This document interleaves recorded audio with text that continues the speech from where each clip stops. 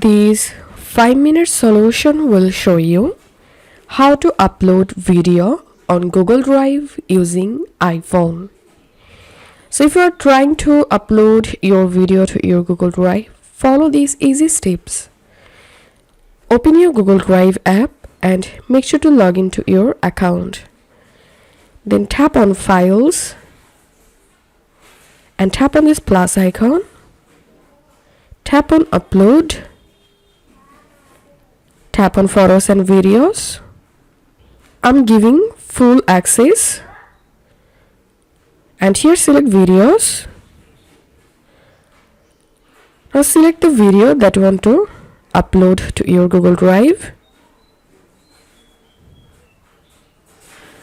Tap on Upload. And as you can see, the video is uploading.